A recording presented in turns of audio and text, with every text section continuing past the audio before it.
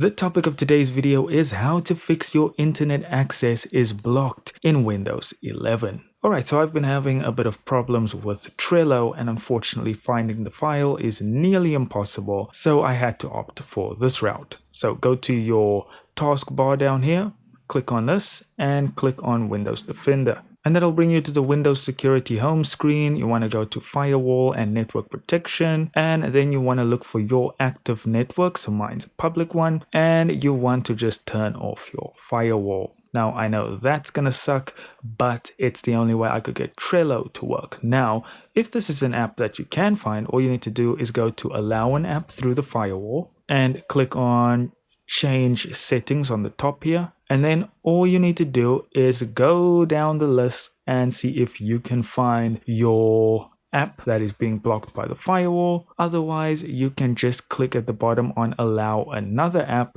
And if you know its install path, you can select that app and allow it through the firewall. And that's all there is to it, guys. I hope you come right. Thank you so much for watching. Do consider liking and subscribing, and I'll see you in the next video.